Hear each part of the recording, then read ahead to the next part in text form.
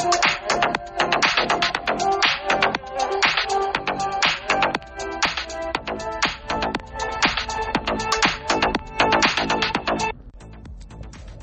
afternoon. Today is Wednesday, March 3rd, 2021, and welcome to the Opochtli Podcast.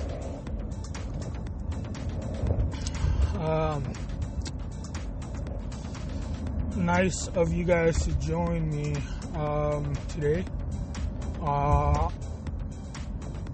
I'm running a little late to work, and have a lot of anxiety just because usually it happens a lot when I miss work, because I know or at least I think I let people down, and people call me and I purposely ignore them, because I need to take a day off. Like, I don't think these people understand. Like, I tell them, I try to empathize, I try to communicate, and just let them know what I'm going through, just set that expectation, but at the time, they acknowledge it, they they entertain the notion that maybe they have set their expectations a little too high for me, what they expect from me.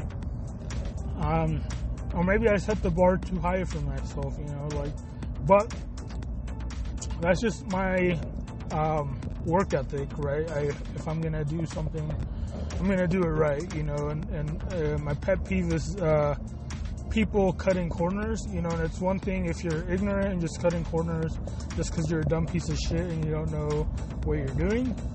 But it's another thing if you know what you're doing and you're deliberately cutting corners because you're a lazy ass and you like to half-ass things.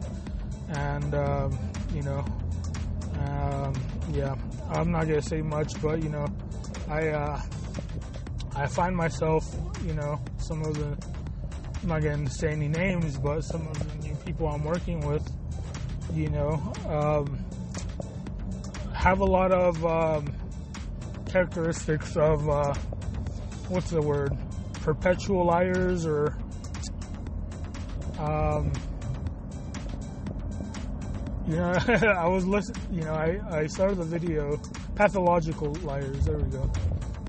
Where they just lie for no reason, and oh man, it's like you can't bullshit a bullshitter. Like I know what this guy's up to. I don't understand what the logic is behind hiring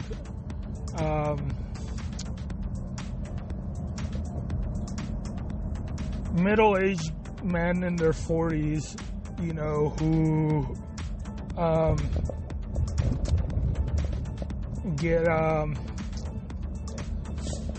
construed, get hired on to these roles that require a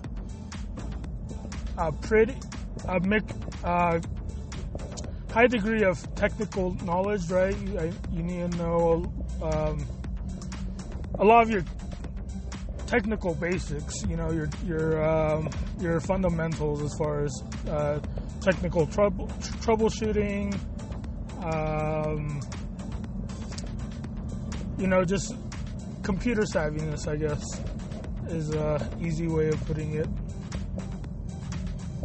And along with that, if you're in a really entry-level IT position, if you're like a desktop engineer, a desktop technician, anything that requires a lot of customer-facing, a lot of one-on-one individual efforts with people, you're going to have some sort of people skills, some sort of how do you say, like, you gotta be a little bit charismatic, you have to have a customer service skills. And when you're putting, people on the front line who don't know what they're doing, or, make up lies, to get away from doing shit, It's just, you're not going to get anywhere as a team. Like,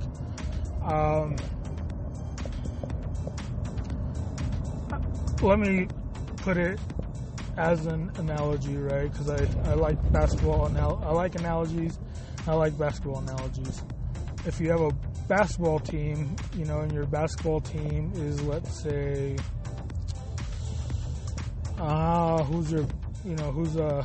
who's some basketball teams? Let me think. Let's say you're LeBron James, right? Well, I guess you can't say LeBron James. Kobe Bryant. I think Kobe Bryant's a better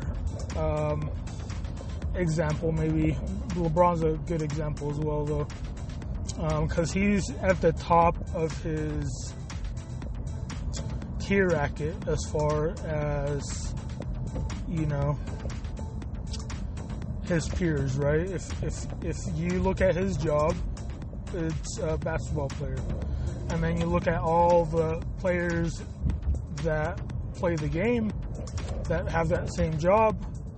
You have S tier, A tier, B tier, C tier, etc., etc. Kobe Bryant, LeBron James, obviously they're going to be S tier, right? And I kind of see myself that way as well, in regards to my specific degree in information technology, right? I did a lot of work, I have a lot of experience, and did a lot of personal time to learn those skills and whatnot. So I kind of probably giving myself too much credit. Maybe I'm an A tier, maybe even a B tier, and I'm not, I don't know shit, but I try.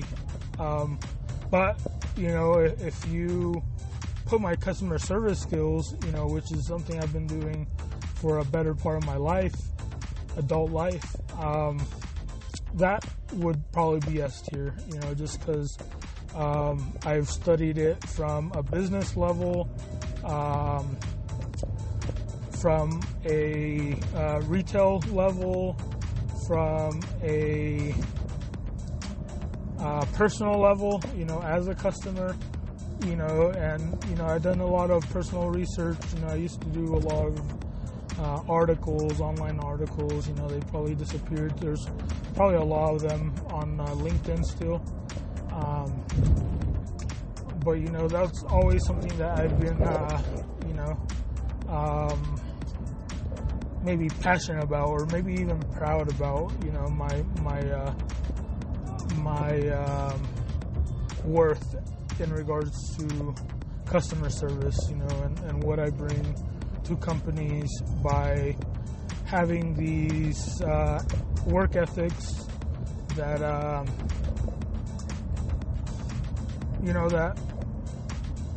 that ultimately bring whatever company I'm working with more money. And I think I'm very undervalued. But at the same time, I'm very tech savvy and very computer literate. And, I have that good mix of skills that makes me such a valuable asset when it comes to my particular job, which, maybe a little bit under system admin, maybe desktop support, in between desktop support, desktop technician, and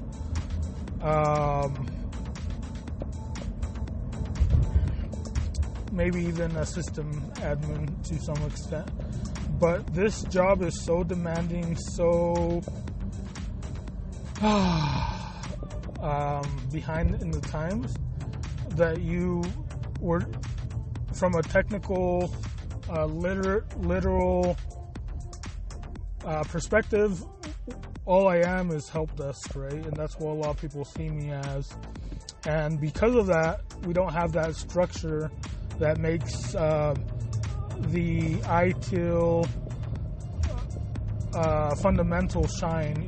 We don't have that structure that makes everything process seamlessly makes everybody have even distributed work, so you don't have more people doing more than others and whatnot. We basically are stuck in the way businesses were doing things maybe 15 years ago or 10 years ago.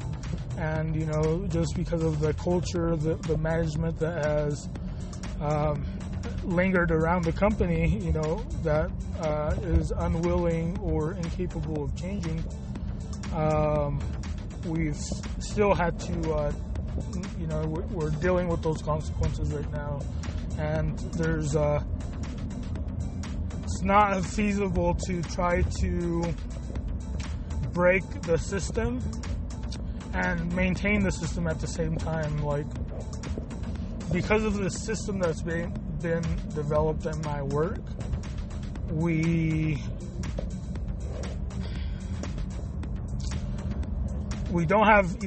barely have enough time to maintain it, right? To push the work through that's coming in.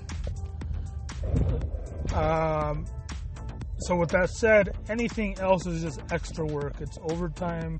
It's stuff, that takes a lot of attention to detail, a lot of that's very time consuming, and that we simply don't have time for already. So could you imagine trying to redevelop the company culture, redevelop the company policies, everything, like from the ground up. So we started doing things slowly but surely, but man, it's been such a draining process. It's just it's 4 years, man. I have never had a job this long. I've always gotten promoted within the 1 to 2 year mark, or I've gotten a better job, and this job paid me so well at the start that, I've just kind of maintained it, and if another job came along and offered me a position, maybe I would be more susceptible to take it, but being that there's a lot going on, like, I can barely keep up with my personal stuff because of how demanding this job is, let alone risk wasting time on opportunity that's not set in stone, right? I'm not going to go waste time applying for, random positions online where I don't know people, I don't have any recommendations, no one is recommending me anything. So I'm not going to go, blindsided into a position that could be worse. Like, at least in this company, things might be shitty. I might be working with a team that doesn't like me, doesn't care about me. But at the end of the day, I know, things could be worse, and I know my enemy, like, it's one thing if you don't know your enemy and you're dealing with all this shit, but I know what the problem is, I know how to fix it, I know how to tackle it, but it's really out of my control. So, as long as I can just hang on for the next couple of months, it shouldn't be an issue. But I'm just so drained. I'm just considering even a lateral move at this point, just to keep my sanity. Yeah.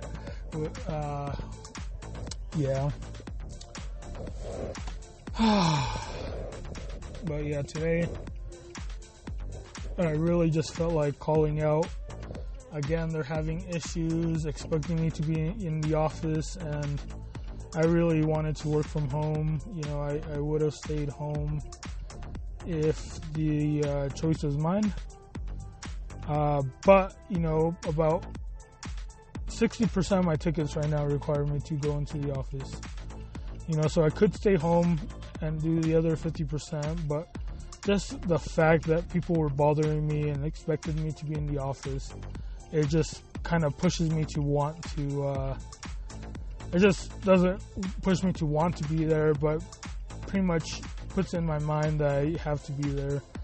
And then I have, meetings that came up with my boss and just all this bullshit I don't want to deal with. Like, I just want to go, like, the stupid job that I was hired on for.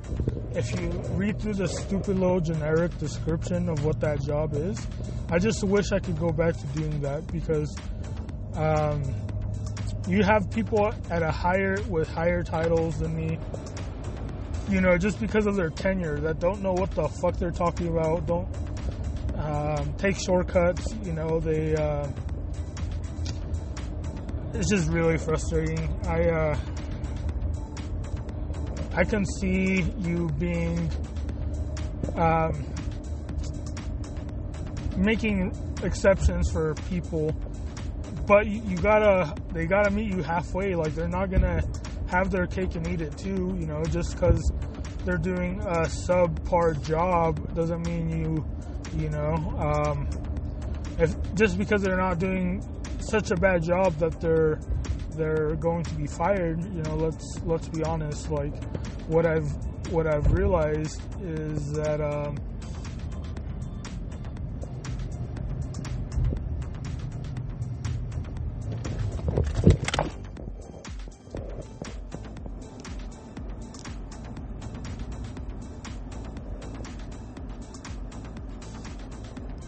sorry, there's a stop here. But yeah, I don't know. I just realized that people need to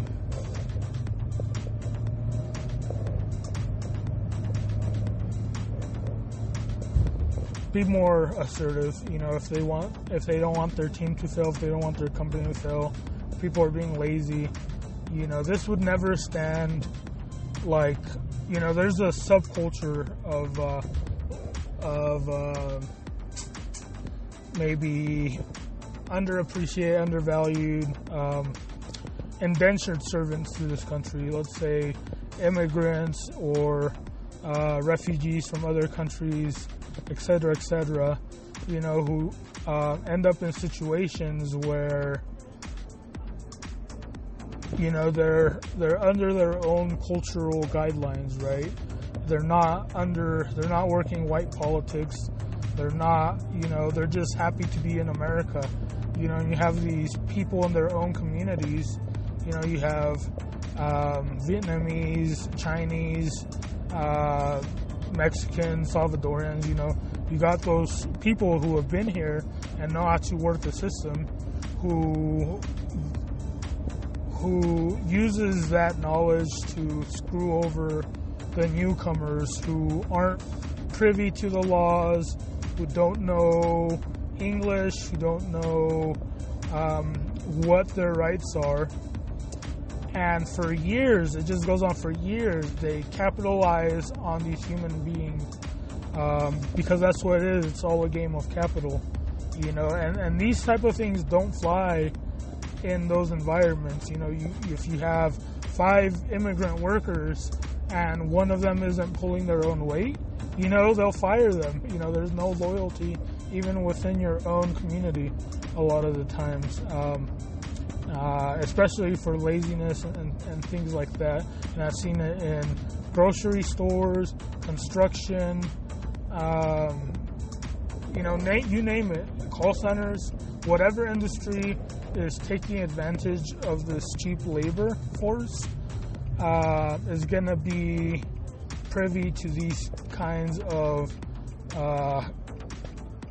illegal practices, for lack of a better word right now. But I've been fortunate to kind of get away from that, but now I'm in a position where I have these cultural expectations, these work habits, these work ethics that I've developed, and the kind of people that I'm who are my peers, who are my colleagues, supposedly, they don't reciprocate things. They don't care. They tell me straight up to my face that, things aren't going to change, that they don't really care, that they're just there to do their job, that they just exist. talk shit. There's the most toxic people I've ever had the disprivilege of working with in my entire despicable life. And I'm every time I just dread going to work and seeing their fucking faces and watching them walk around nonchalantly, not just with not a care in the world, because they gotta juggle. They set it so they have such a chill time. They get so much overtime.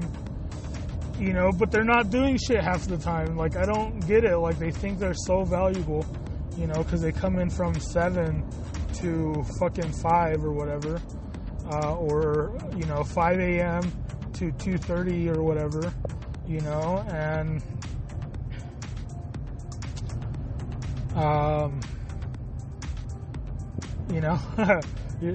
they're not really, like today, first message I got, it was someone who was a direct customer of one of the lovely lazy folk, I guess. And why is she reaching out to me? Like, she knows she's basically going over his head, because he knows she's not gonna get as quick or as good a service as if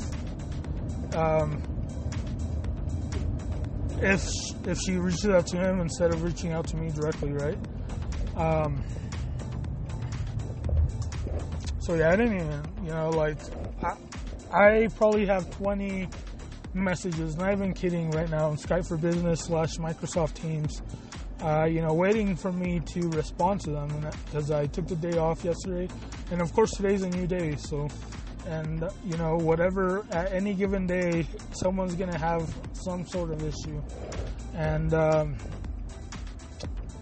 lot of times they just reach out directly to me, and these guys, I don't know, they probably do know that, but they don't care, it's not, I'm not gonna tell, how much more horrible my job would be if I were to tell 10 to 20 people every day, hey, fuck off, this is not my job, like, I do it every once in a while, even then I feel like a piece of shit, and these guys are sadistic to a point, because they do that very exact same thing that I get disturbed to do, but they take glee in it. They take so much pride in telling someone to fuck off. And the reason I know this is because whenever they're the type of baby boomers who won't ever work with someone through chat or something, right? They always have to call someone and have that one-on-one phone experience with them, right? Such a time waster in my opinion, but whatever. Like my manager says, everyone does things their own way. So yeah,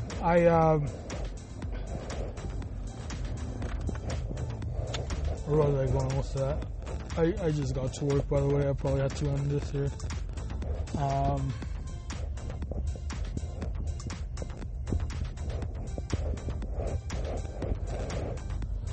But yeah, after they're done, half-assing, doing whatever they're doing, telling people to fuck off, they just talk about how, oh my god, my phone fell, and it was all in the ground. My mic's 6 feet long. They just, go over what they did. Like, they take so much pleasure in knowing that they told someone to fuck off, that it wasn't their job. They tell them to submit bug reports instead of troubleshooting the issue.